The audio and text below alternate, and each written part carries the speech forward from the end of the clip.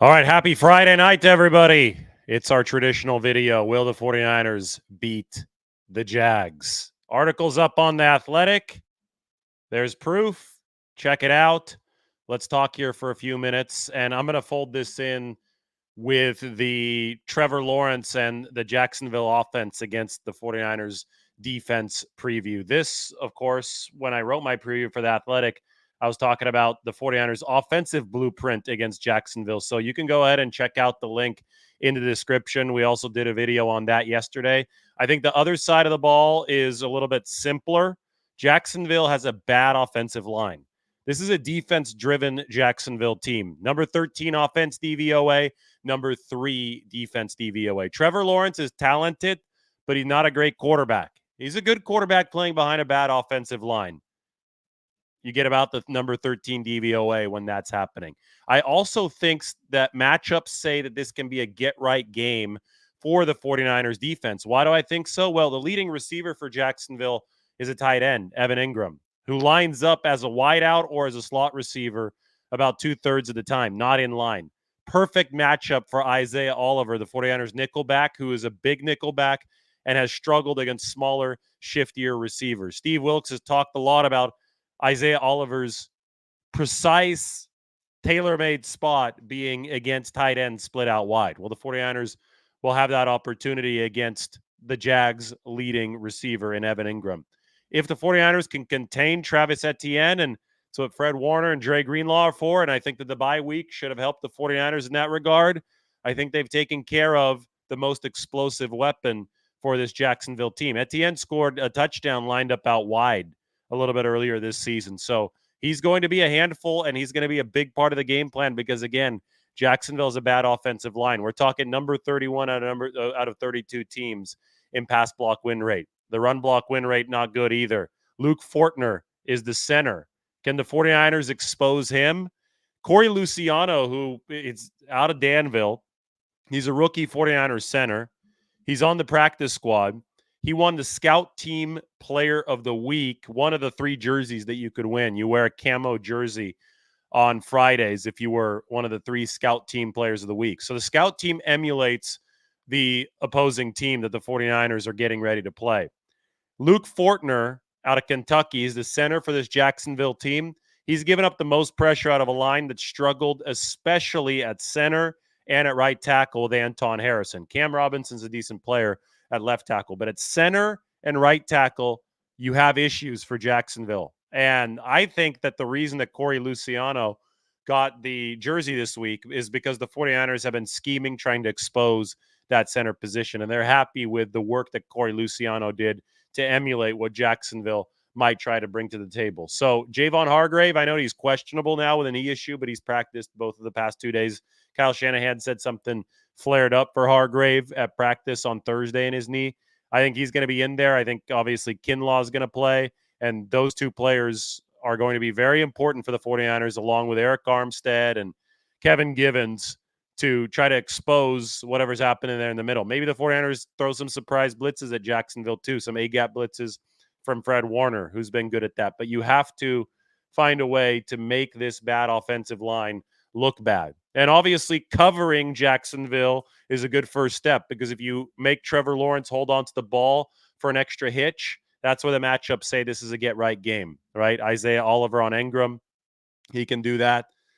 You look at Etienne against the 49ers linebackers. You look at Charvarius Ward, needs to stay away from the penalty flags against Calvin Ridley.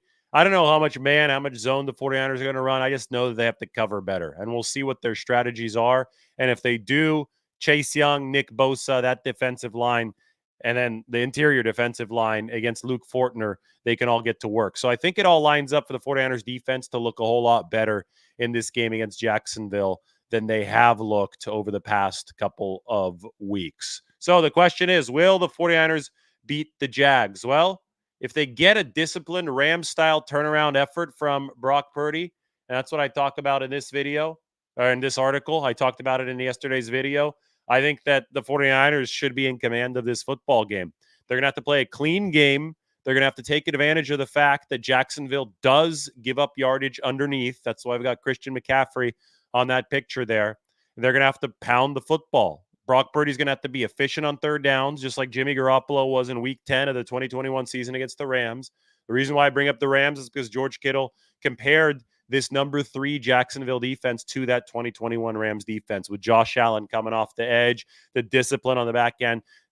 Jacksonville, they've led the league with 18 takeaways. That's at the top of the NFL. So you can't too aggressively push the ball downfield. They're going to make you pay. Before you do that, if you do that, you've got to go underneath. You have to soften this defense up.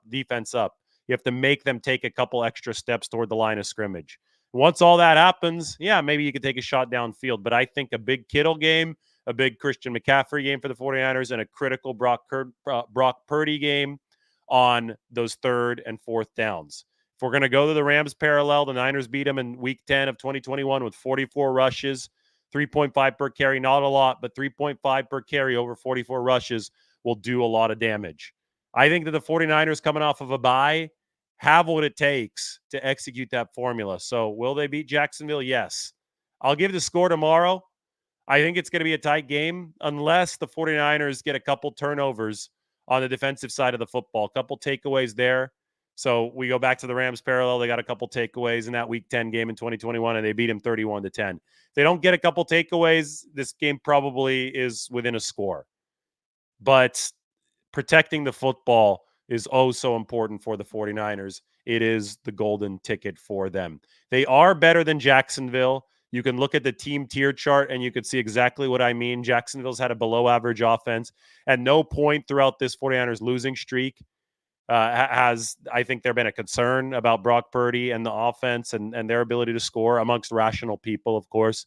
They had one bad game against Cleveland, and they still were able to turn it around even without a healthy Trent Williams, without Deebo Samuel and Christian McCaffrey to line Jake Moody up for the potential game-winning field goal. The 49ers offense delivered plus efficiency against Minnesota and then against Cincinnati to the point where you're just not seeing if you're blaming the 49ers offense more than you're blaming the 49ers defense for their woes in the past 2 games. I think at this point, the 49ers defense is obviously playing for its pride because it's been terrible the last 2 times out. But if the 49ers defense does deliver a vintage effort or at least an average one and not a terrible one, they've got more offensive weapons and they do have the offensive capability, and they have the track record already with Brock Purdy to suggest that they're going to outscore Jacksonville in this game. Hence the answer of yes. So why don't you go ahead and check out the game preview. The predictions are there in the article. I will give my prediction on a video a little bit later this weekend. Anyway, time for me to go get a burrito. I'm a little worn down after a long week. I've got to fly across country to Jacksonville tomorrow. So I will talk to everybody soon, and I'll let you know what I got tonight. I think it's going to be Taqueria Cancun, though. That's the comfort food that I need before I fly all the way to Jacksonville, the only city on the circuit this season for the 49ers in the regular season that you cannot reach with a direct flight from San Francisco. Too bad. Maybe see some of you in the Houston airport tomorrow on the layover. All right, we'll see you soon.